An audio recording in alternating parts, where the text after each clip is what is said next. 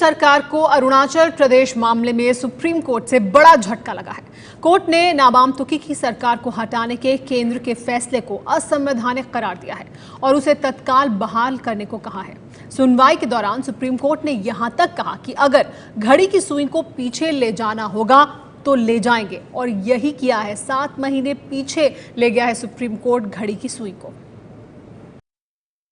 अरुणाचल प्रदेश पर supreme court ने घड़ी की सुई पीछे की। राज्य में 15 दिसंबर 2015 की स्थिति को बहाल करने का आदेश दिया। सुप्रीम कोर्ट ने केंद्र की बीजेपी सरकार के फैसले को पलट दिया है। अरुणाचल प्रदेश की नाबाम तुकी सरकार को हटाने के केंद्र के फैसले को असंवैधानिक करार देते हुए 15 दिसंबर 2015 की स्थिति लागू करने को कहा है। सुप्रीम कोर्ट ने यह भी डायरेक्शन दिया है कि द स्टेटस को, जो स्थिति 15 दिसंबर की थी उसको रिस्टोर किया जाए। 15 दिसंबर को टुकी साहब चीफ मिनिस्टर थे, इसलिए सुप्रीम कोर्ट ने बोला है कि एक प्रकार से कि टुकी साहब फिर से चीफ मिनिस्टर बनेंगे। इसके आगे ये जजमेंट गवर्नर के कंडक्ट पे एक बहुत बड़ा प्रश्न चिन्ह उठाता है। क्या गवर्नर इस प्रकार से कार्रवाई कर सकते हैं जिसमें कॉन्स्टिट्यूशन प्रोविजंस का बिल्कुल अनदेखी हो, रूल ऑफ लॉ की अनदेखी हो, और ऐसा लगने लगे देश में जैसे कि कोई कानून व्यवस्था ही नहीं है। अरुणाचल पर सुप्रीम कोर्ट का यह फैसला 331 पन्नों का है और इसे 5 जजों की सहमति से लिया गया है। फैसले के बाद सोनिया गांधी और राहुल गांधी ने इसे लोकतंत्र की जीत बताया। राहुल गांधी ने ट्वीट किया है, थैंक यू सुप्रीम कोर्ट, प्रधानमंत्री को लोकतंत्र समझाने के लिए। सुप्रीम कोर्ट ने एक ऐतिहासिक निर्णय दिया है। सुप्रीम कोर्ट ने संविधान के सम्मान को दोबारा लौटाया है और भारतीय जनता पार्टी की केंद्रीय सरकार, खास तौर से प्रधानमंत्री नरेंद्र मोदी जी की चुनी हुई सरकारों के षड्यंत्र को विफल कर दिया और एक करारा तमाचा उन सब ताकतों पर मारा है जो संविधान की हत्या कर रहे थे और प्रजातंत्र को नगण्य बना रहे थे। हम सुप्रीम कोर्ट के निर्णय का स्वागत करते हैं। हम ये भी मांग करते हैं कि अरुणाचल प्रदेश के गवर्नर, जिनके 9 दिसंबर 2015 के आदेश को गैर कानूनी बताया गया है, उन्होंने संविधान की घोर अवहेलना की है, प्रजातंत्र की हत्या की है, उन्हें फौरन अपने पद से हटाया जाए। उधर बीजेपी का कहना है कि पार्टी कोर्ट के फैसले का सम्मान करती है। कोर्ट का फैसला है और उसकी ऑर्डर की कॉपी अभी मिली नहीं है, उसको स्टडी करेंगे।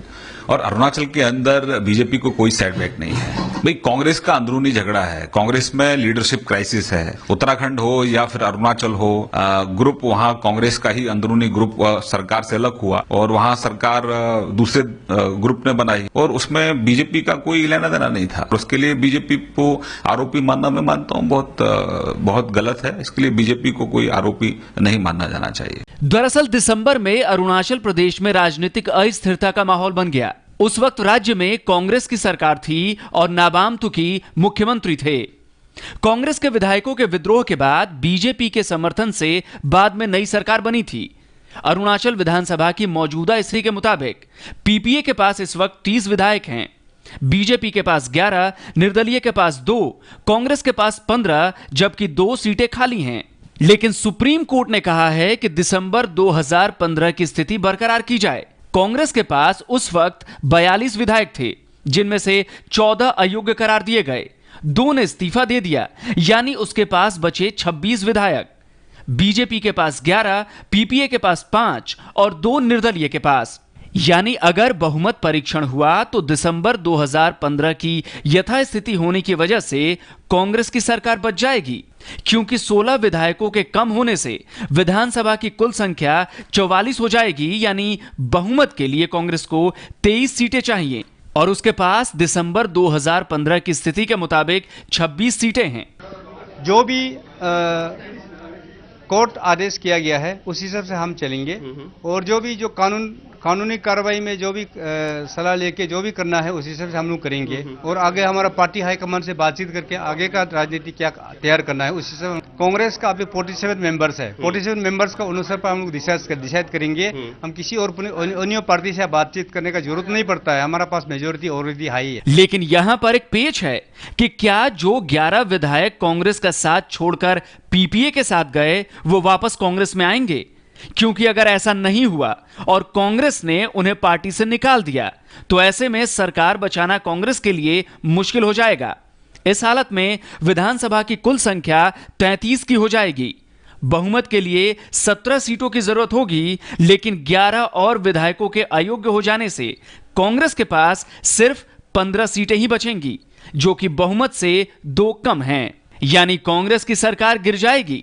हालांकि पार्टी का कहना है कि नाराज विधायकों को मना लिया जाएगा। ये एक प्रजातंत्र की, it is a victory of the democracy. सबसे पहले मैं यही कहूंगा कि जब आप घड़ी को आप उसको उसी जगह पे रख दिए तो उसमें तब तो पीपीए वाली बात तो नहीं है, वो टूटा वाला वो विधायक सब तो है ही नहीं, वो बागी विधायक भी तो है, तो कांग्रेस विधायक। तो हम जो अरुणाचल में जो हम देखते हैं उसमें 47 हमारे कांग्रेस विधायक है, 11 बीजेपी के और 2 निर्दलीय। तो हम वही स्थिति को हम जाएंगे। अरुणाचल प्रदेश को लेकर सुप्रीम कोर्ट की तरफ से जो फैसला आया उसके बाद हम बड़ी बहस करेंगे इस मुद्दे पर कि क्या बीजेपी कांग्रेस पार्टी की गलतियां दोहरा रही है। इसी से जुड़े कुछ अहम सवाल हम अपने दर्शकों के सामने रखना चाहेंगे, जिनके जवाब तलाशने की कोशिश करेंगे इस चर्चा के दौरान और इन मुद्दों पर चर्चा करेंगे। कांग्रेस की गलतियां क्या दोहरा रही है बीजेपी? इसके अलावा एक और बड़ा सवाल ये भी कि क्या कांग्रेस मुक्त भारत के लिए असंवैधानिक काम कर रही है बीजेपी? लेकिन हमारे साथ मेहमान जुड़ गए हैं। हमारे साथ बीजेपी के प्रवक्ता संबित पात्रा मौजूद हैं और हमारे साथ कांग्रेस पार्टी के प्रवक्ता जयवीर शेरगिल भी मौजूद हैं। सबसे पहले संबित, मेरा सवाल आपसे, उन तमाम बिंदुओं पर जिन पर बीजेपी हमेशा कांग्रेस को घेरती रही है, को बीजेपी का हमेशा कहना रहा है कि वो चाल चरित्र चेहरे में सभी पार्टियों से अलग है, खास तौर पर कांग्रेस पार्टी से अलग है। केंद्र और राज्य सरकारों के बीच किस तरह के संबंध हो, संघीय ढांचे को किस तरह से मजबूत किया जाए, ये अहम मुद्दे रहे हैं। लेकिन एक के बाद एक उत्तराखंड, अरुणाचल, जिस तरह के झटके आपको लग रहे हैं, आपको लगता है कि कांग्रेस पार्टी ने जो गलतियां की हैं, राष्ट्रपति शासन जिस तरह से लगाए गए, राज्यपाल का जो इस्तेमाल किया गया, वही आप भी कर रहे हैं? बिल्कुल नहीं। आप देखिए, जहाँ तक आपने झटके की बात कही, मैं बहुत ज़्यादा टेक्निकलिटीज़ में जाऊँगा तो जनता और व्यूअर्स कितना समझ पाएगी वो अलग विषय है, मगर मैं बड़ा स्पष्ट रखना चाहता हूँ कि झटका आखिर किसको लग रहा है। आप अरुणाचल प्रदेश का ही उदाहरण ले लीजिए, मैं बाद में उत्तराखंड के विषय में बोलूँगा। अरुणाचल प्रदेश में 60 मेंबर्स थे, अर्थात 60 विधायक थे। 60 में से 47 कांग्रेस के थे, 11 भारतीय जनता पार्टी के हैं और 2 इंडिपेंडेंट थे। ऐसी परिस्थिति में 47 में से 21 रिबेल बन जाते हैं, वो एक तरफ आ जाते हैं। उन्हीं के अंदर कांग्रेस के घर में ही चल रहा है। 47 में 21 अलग हो गए। 9 दिसंबर को वो गवर्नर के पास जाते हैं और कहते हैं कि हमारा जो मुख्यमंत्री है टूकी साहब, उनसे बन नहीं रहा है क्योंकि टूकी साहब बहुत करप्ट है। ये भारतीय जनता पार्टी नहीं कह रही है, टूकी साहब के खिलाफ खुद गुवाहाटी हाईकोर्ट ने सीबीआई की जांच की मांग की थी और कहा था कि टूकी साहब करप्ट है, करप्शन का केस उनके खिलाफ चल रहा था। ऐसे में उनके ही एमएलओ के अंदर मारपिटाई है, सिर्फ टवल है। बाद में 21-30 बन जाते हैं और 30 एक तरफ वोट करते हैं पुल साहब, जो कि वर्तमान के चीफ मिनिस्टर थे। तो स्वाभाविक रूप से ये सिर फटावल और झटका तो कांग्रेस के अंदर चल रहा है। और मैं एक बात टेक्निकली, भले ही कांग्रेस में चल रही है संबित, ये भले ही सिर फटावल कांग्रेस में चल रही है, उनके घर का मामला है, लेकिन उनके घर का झगड़ा सुलझने के पहले, वो सब फैसला होने के पहले आप वहां अपना समर्थन लेकर पहुंच जाते हैं सरकार बनवाने के लिए, और फिर वो बनती भी नहीं है सरकार, तो इसमें तो आपकी किरकिरी होती है ना? नहीं, बिल्कुल नहीं। देखिए, जो चीफ मिनिस्टर है वो भारतीय जनता पार्टी का चीफ मिनिस्टर नहीं है। भारतीय जनता पार्टी अरुणाचल प्रदेश में अपनी सरकार नहीं बनाई है, ये बात जानना बहुत आवश्यक है। कांग्रेस के ही लोग थे, पहले कांग्रेस का ही चीफ मिनिस्टर था, कांग्रेस की पार्टी टूटी, पीपीए जो नई पार्टी में उनका मर्जर हुआ, वो पीपीए पार्टी है, उस पार्टी के चीफ मिनिस्टर है। दूसरी बड़ी बात आप देख लीजिए, ये जो डिसीजन आया है ये कोई केंद्र के खिलाफ डिसीजन नहीं है, अर्थात प्रेसिडेंट्स रूल के ऊपर जजमेंट नहीं है। यहाँ बैठे हुए जयवीर साहब वो बताएंगे, ये जजमेंट गवर्नर के डिस्क्रिशनरी पावर्स को लेकर है कि क्या गवर्नर नंबर 1 अपने सत्र को पहले बुला सकता है। लेकिन संबित, ये आप बीजेपी ने स्टैंड नहीं लिया ना कि यहां पर राज्यपाल सही काम नहीं कर रहे। अभी सुप्रीम कोर्ट को बताना पड़ा कि राज्यपाल ने संविधान के तहत काम नहीं किया है, उनका अधिकार क्षेत्र क्या है, उन्हें किस तरह से काम करना चाहिए। बीजेपी ने ऐसा नहीं किया। बीजेपी ने मौका देखा और समर्थन देने के लिए आप पहुंच गए और उसके बाद वो सरकार वापस गिर गई। देखिए सुमेरा जी, जो आपका मेन कंटेंशन है कि बीजेपी ने उन 30 विधायकों को जो कि कांग्रेस से टूट कर आए थे, पीपीए पार्टी बनाई और जिनके चीफ मिनिस्टर हुए, उनको हमारे में से 11 लोगों ने समर्थन दे दिया। ये आपका मेन कंटेंशन है। देखिए, हमारा तो सिर्फ इतना कहना है, अरुणाचल प्रदेश एक स्पेशल स्टेट है। अरुणाचल प्रदेश कभी भी बिना सरकार के रहे, ये उचित परिदृश्य हिंदुस्तान की राजनीति के लिए और खासकर से चीन के विषय में अरुणाचल प्रदेश को देखते हुए ये उचित नहीं होगा। ऐसे में एक स्टेबल सरकार हो, ये जरूरी था, इसलिए समर्थन हमारा किया चीफ आपने। मिनिस्टर तो है ही नहीं। बात करेंगे उत्तराखंड की भी कि फिर वो भी स्पेशल स्टेटस हो जाता है उस स्टेट का भी, वहां पर भी आप समर्थन देने के लिए चले गए थे। लेकिन हमारे साथ जयवीर शेरगिल है, उन्हें भी चर्चा में शामिल करते हैं। जयवीर, आपका घर आपसे नहीं संभल रहा, आपका कुनबा आपसे नहीं संभल रहा, लीडरशिप क्राइसिस है कांग्रेस पार्टी में, उसी का तो फायदा उठा रहे हैं बाकी लोग।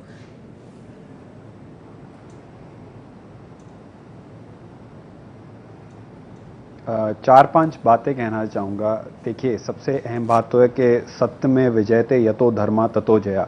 इस नियम का पालन करते हुए आज हमारे न्यायालय ने हमारे लोकतंत्र को भारतीय जनता पार्टी के तानाशाही और एक अहंकारी रवैया है उससे बचाया है। तो एक बहुत ही अहम दिन है कि 3 महीने में दूसरा झटका लगा है। जायज़ है बीजेपी मायूस होगी, पर आज लोकतंत्र मुस्कुरा रहा है। तीसरी बात, अब इस निर्णय से, और जो आप कह रहे हैं हमारी अंदरूनी जो पार्टी में चल रहा है, पॉलिटिकल कानूनी क्या रेप्रिकॉशंस हैं, क्या असर है, वो भी बातें कहना चाहूंगा। सबसे पहले न्यायालय ने बहुत कड़ा संदेश दिया है, ये जीत कांग्रेस की बीजेपी पे नहीं है, ये जनबल की धनबल पे जीत है। दूसरा संदेश हर राज्यपाल को दिया गया है कि आपका एक ही धर्म है, वो है संविधान की पालना करना। आप किसी भारतीय जनता पार्टी की कठपुतली बनकर आप सरकारें नहीं गिरा सकते। मेरे मित्र आज संबित तो वही बात कर रहे हैं, जीत तो हम सबकी, हार तो केवल सिर्फ तुम्हारी। जिस दिन गवर्नर का 9 दिसंबर को फैसला आया, सुप्रीम कोर्ट ने भी इंटरिम ऑर्डर नहीं दिया, उस दिन पूरी भारतीय जनता पार्टी जश्न मना रही थी कि गवर्नर का फैसला ठीक है। और आज जब इनको हार हुई है, फिर ये आपने मेरे सवाल का जवाब नहीं दिया कि ये हालात पैदा क्यों हुए। ये हालात उत्तराखंड में नहीं, अब मैं आता हूं कांग्रेस की अंदरूनी बात पे। हाँ, अब आपके सवाल हो रहे हैं और अब सरकार बनाने के चक्कर में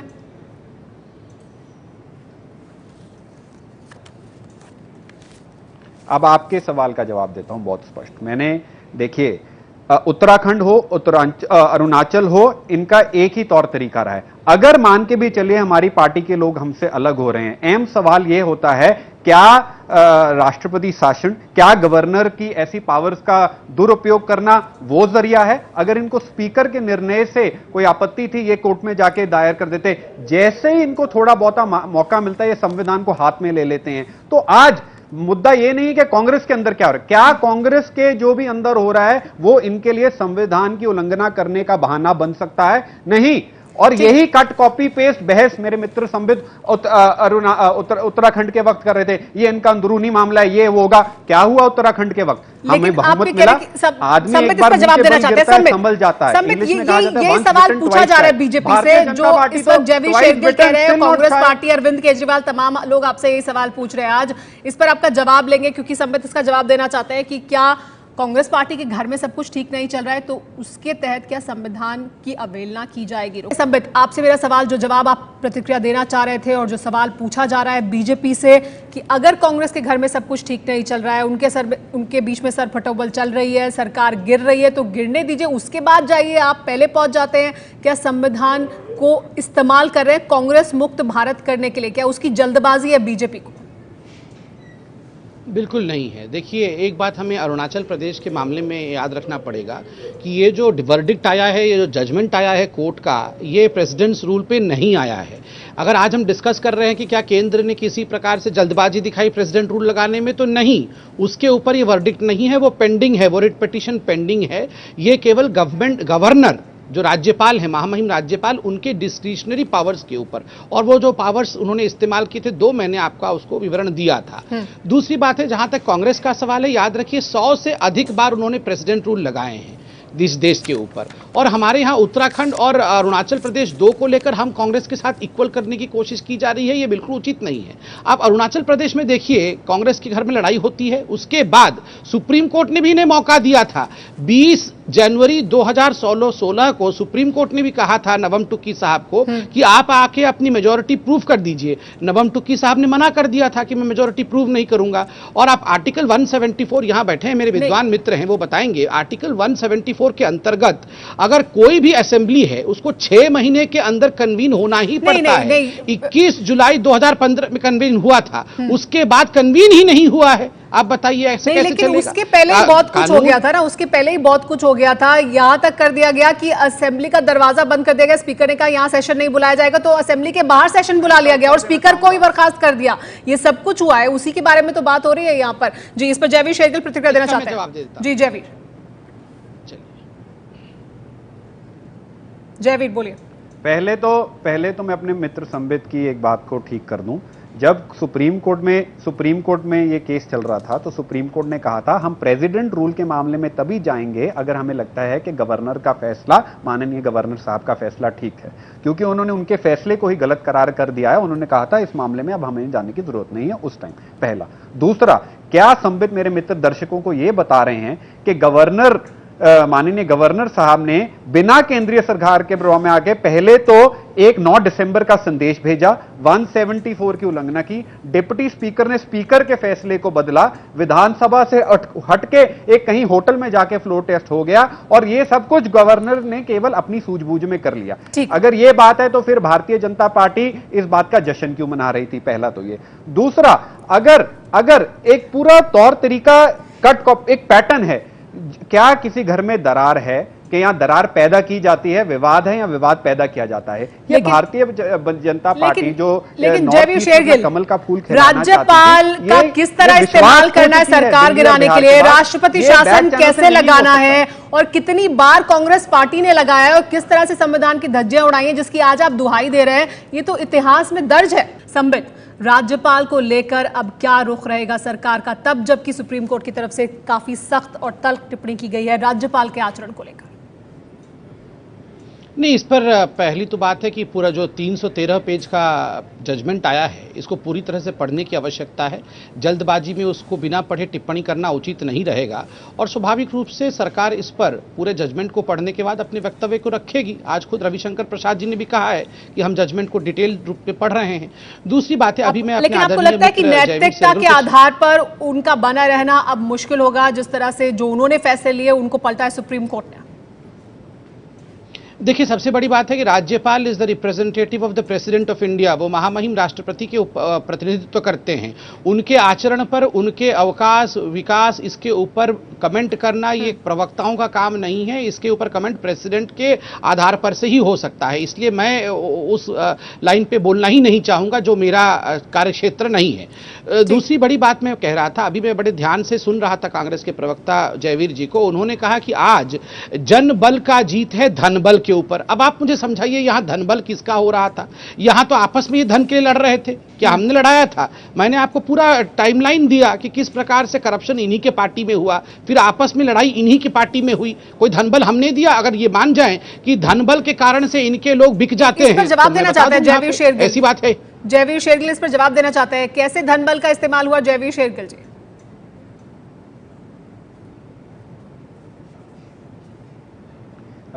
देखिए, आज श्री कपिल सिब्बल जी ने अपनी ब्रीफिंग में स्पष्ट किया है कि उन्होंने एक टेप है जो कोर्ट के सामने भी जिक्र किया था, जिसमें एक बिजनेसमैन माननीय प्रधानमंत्री और इनके पार्टी मेंबर्स का नाम लेके बात कर रहा है और कह रहा है कि मुझे पैसों की ज़रूरत है, अगर आपने सरकार अरुणाचल में बनानी है भारतीय जनता पार्टी को तो उसमें जांच होनी चाहिए। मैं वकील हूं, मैं इनकी तरह निर्णय खुद ही वकील, मुल्जिम और जज खुद नहीं हूं, मैं सिर्फ इतना कह रहा हूं उसमें जांच होनी चाहिए।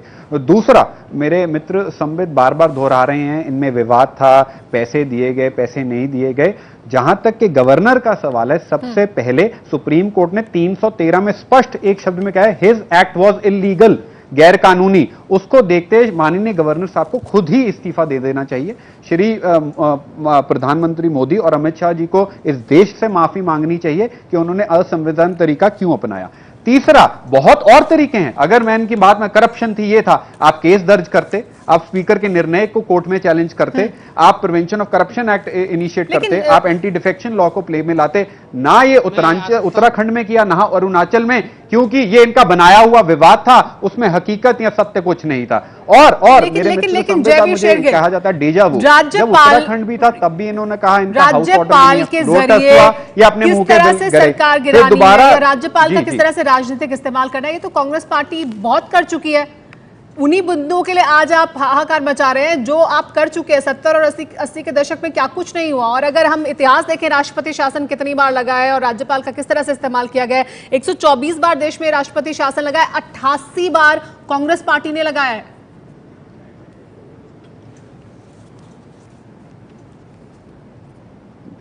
देखिए, मैं आपकी बात से सहमत हूँ। सबसे पहले एसआर बुमई के बाद मैं जहाँ तक मेरी याददाश्त है, ऐसा कोई इमरजेंसी प्रेसिडेंट रूल नहीं लगा, सबसे पहला। और जब भी कोई भी निर्णय आया हमने उसका आदर किया। भारतीय जनता पार्टी क्या करती है, क्या 1992 में आपने 4 सरकारें गिरा दी थी। जब भी कुछ होता है पहला बिहार बार में नीतीश कुमार की सरकार, ये सब हुआ है सर, उसके बाद हुआ है।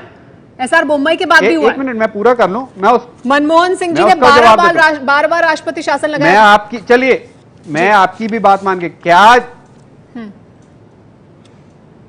आपकी भी बात मान, क्या जो पहले हुआ या हिस्ट्री में हुआ वो आज को जस्टिफाई करता है? हाँ। क्या सुप्रीम कोर्ट ने ये निर्णय नहीं दिया कि 100 बारी हो चुका है इसलिए आज जो कर रहे हैं ये भी सही है? दूसरा, ये अकेला वाक्य नहीं है। CIC, CVC, RTI, planning commission हर संस्था पे ये वार करते हैं। लेकिन आप मानते हैं ना कि ये आपने किया है, अब वही वो कर रहे हैं। लेकिन आप मानते हैं ना कि जो आपने किया है गलती है, अब वही बीजेपी कर रही है।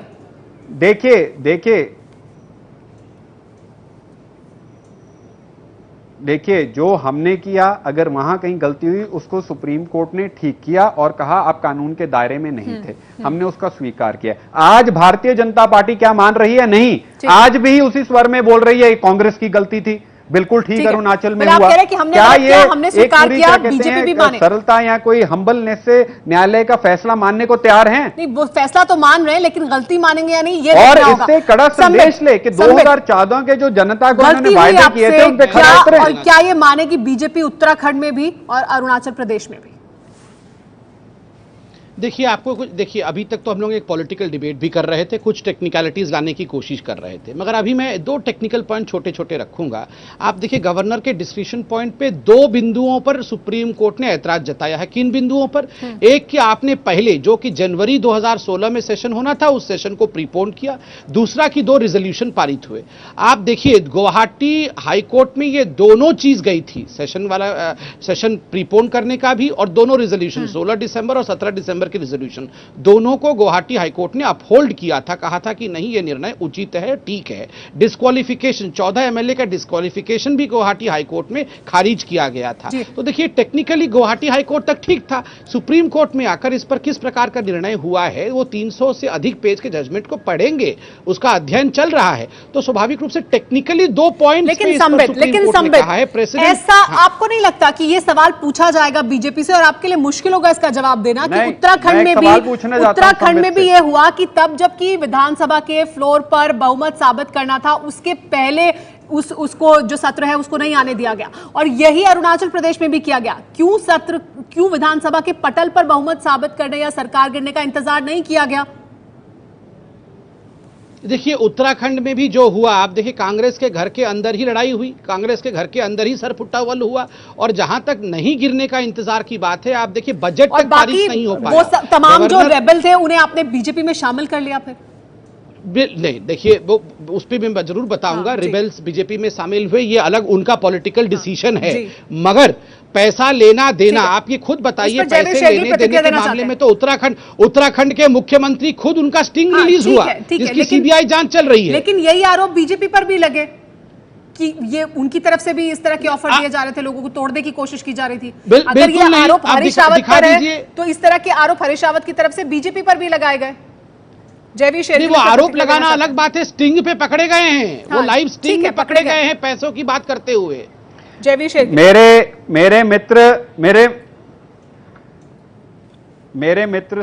मेरे मित्र संबित दर्शकों को तकनीकी बहस में उलझाने से पहले मैं आपसे सवाल पूछना चाहता हूं और एक कदम पीछे आऊंगा। पहले क्यों माननीय गवर्नर ने 9 दिसंबर 2015 को संदेश क्यों भेजा? एक आर्टिकल 174 और 175 और 163 के तहत सिर्फ बिल के लिए संदेश भेजा जा सकता है, रेजोल्यूशन के लिए नहीं। क्या उसमें आपकी सरकार का कोई हाथ नहीं था, ये आप कह रहे हैं? पहला।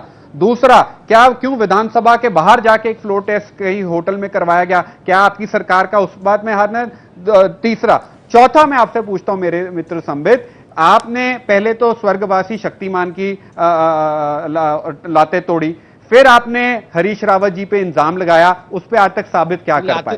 बात सारी ये है कि तभी जब हमारा संविधान बन रहा था, बाबा साहेब अम्बेडकर ने कहा था कि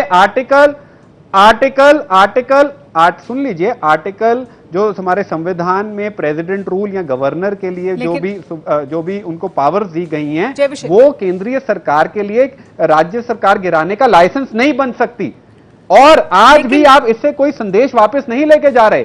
आप फिर एक संदेश दे रहे हैं कि कल को कहीं भी किसी भी पॉलिटिकल पार्टी में प्रॉब्लम होगी, हम संविधान को हाथ में लेंगे, सरकार गिराएंगे, फ्लोर टेस्ट का कोई मायना नहीं, गवर्नर हमारी कठपुतली। कांग्रेस पार्टी क्या सीख रही है इससे, वो भी तो बताइए। आप लगातार कह रहे हैं कि बीजेपी को सीख लेनी चाहिए, कांग्रेस पार्टी क्या सीख रही है? वो अपने घर को कैसे इकट्ठा रखेगी? ये कांग्रेस पार्टी ने सीखा क्या उत्तराखंड से और अरुणाचल प्रदेश से? क्योंकि इसके आगे भी खबरें आ रही हैं आपकी नॉर्थ ईस्ट की बाकी सरकारों को लेकर भी। संबित पात्रा, हम बात कर रहे थे और आप लगातार ये कह रहे थे कि कांग्रेस पार्टी ने किस तरह से दुरुपयोग किया है राज्यपाल के दफ्तर का, राष्ट्रपति शासन का, ये इतिहास के पन्नों में दर्ज है। मैंने भी ये सवाल पूछा उनसे, लेकिन आपके कार्यकाल जितना रहा है उसमें 3 बार राष्ट्रपति शासन लगाया गया और 2 को कोर्ट की तरफ से पलट दिया गया। इस तरह के फैसले आए हैं, तो क्या इससे बीजेपी और केंद्र सरकार सीखेगी?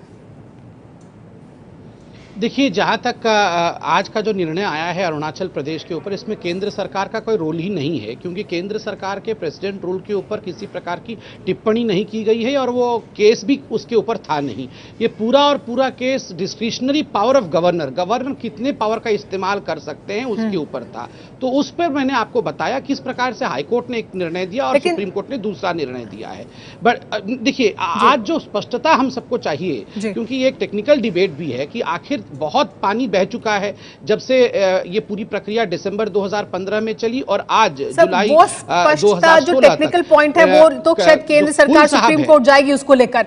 लेकिन मैं आपसे राजनीतिक सवाल पूछ रही हूँ, वो वही मैं कह रही हूँ, वो होगा या नहीं होगा वो देखना होगा, लेकिन मैं आपसे राजनीतिक सवाल पूछ रही हूँ, क्या बीजेपी इससे सीखेगी?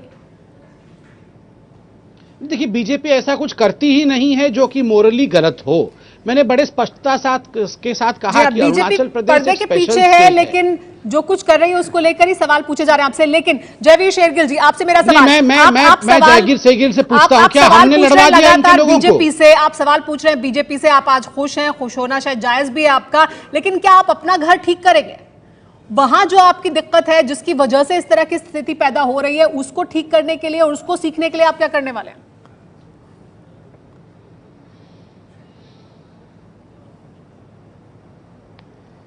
देखिए, हमें पूरा विश्वास है कि अगर कोई भारतीय जनता पार्टी या और कोई पार्टी हमारे घर में विवाद या दरार पैदा करने की कोशिश कर रही है, हम उसको जरूर संभालेंगे। जो सर, विवाद है आपके घर में, चले गए थे, दरार है आपके घर में और अपना घर एक साथ आपका नेतृत्व नहीं रख पा रहा। नहीं, एक मिनट चलिए हमारे पास चर्चा के लिए इतना ही समय। माफ कीजिएगा, मुझे माफ कीजिएगा जयवीर शेरगिल जी।